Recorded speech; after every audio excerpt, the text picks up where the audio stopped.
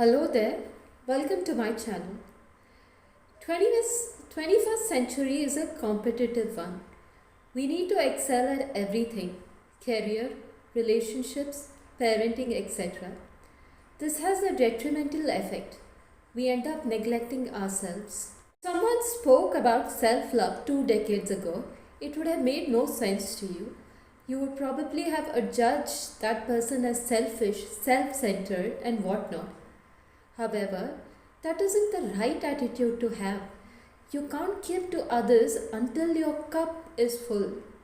Write that down somewhere. You can't give to another until your cup is full to the brim. Often GAD learners end up neglecting themselves. When I first experienced GAD, it was so frightening and demoralizing that I couldn't wake up at 6 a.m. like I usually used to.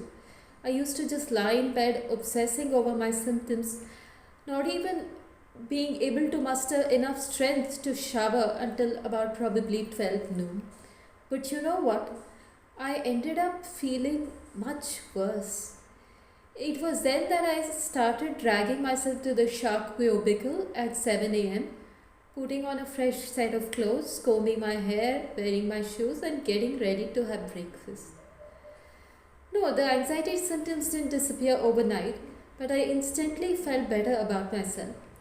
The day and the subsequent days were difficult, but I was able to face them by introducing grooming, a simple ritual of self-love to instantly feel better about myself. Other ways self-love could be practiced is by getting a massage or a pedicure, pampering your body with good nutrition, getting enough sleep and exercise as discussed in earlier segments. Or you could set aside some time to meditate. Self-love doesn't have to look the same for everyone. If you enjoy cooking, go pick up that cooking pan. If dancing is your thing, join a dance class to unleash your inner Shakira or Hrithik Roshan. If watching TV is your thing, go watch TV. Don't beat yourself up for the time you spend on yourself when you had to be working or taking care of somebody. Spending time on oneself isn't a new age luxury for people with too much time on their hands. It's a basic human necessity. A trait that GAD learners suffer from is striving 24/7 to do things right. If things don't go the way we wanted them to, we are constantly telling ourselves we are lazy, useless, incompetent, and so on. I am sure you're aware of all the negative adjectives we use on ourselves. But here's the thing: would you label someone else like this if they made one mistake or probably just a couple of mistakes? Nah, you'd say he or she is competent but made one mistake.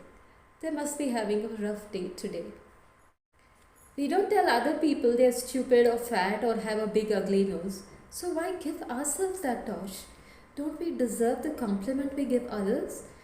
Don't we deserve to give ourselves self-love? Okay, enough of sermonizing. Apart from the above mentioned, let me give you some concrete tips to practice self-love. Tip 1. Recognize your place in shared humanity. Now, how do you do that? Recognize that people are not perfect and that personal experiences are a part of the larger human experience. Be kind to yourself in the midst of suffering and you'll see a change in its nature. Do not try to suppress suffering. Be open to suffering with spacious, welcoming awareness, and it'll change. If all this seems too abstract, tell yourself the following 3 phrases. This is a moment of suffering. Suffering is a part of life. May I be kind to myself in this moment of suffering. Be grateful. Gratitude towards everything you have in your life makes you look at the rosier side of things. Make a list of 5 things you're grateful for.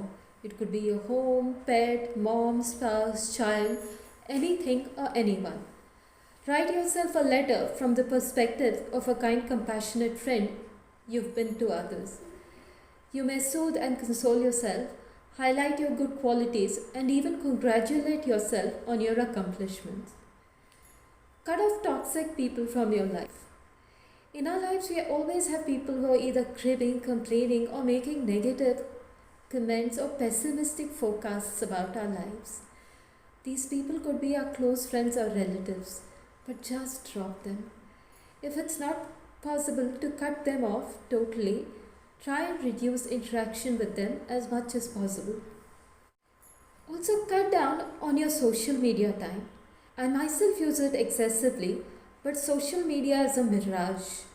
What's posted there isn't an accurate representation of people's lives. Only their great moments, achievements, and blessings are shared there, not sorrows and setbacks. What you're seeing there is a filtered version of your friends' lives. So stop scrolling, feeling low, and comparing yourself to others. If you really want to join social media, join communities that make you feel supported. Lastly, please don't keep feelings bottled up. Talk about your fear, however irrational they may seem, with a friend or family member.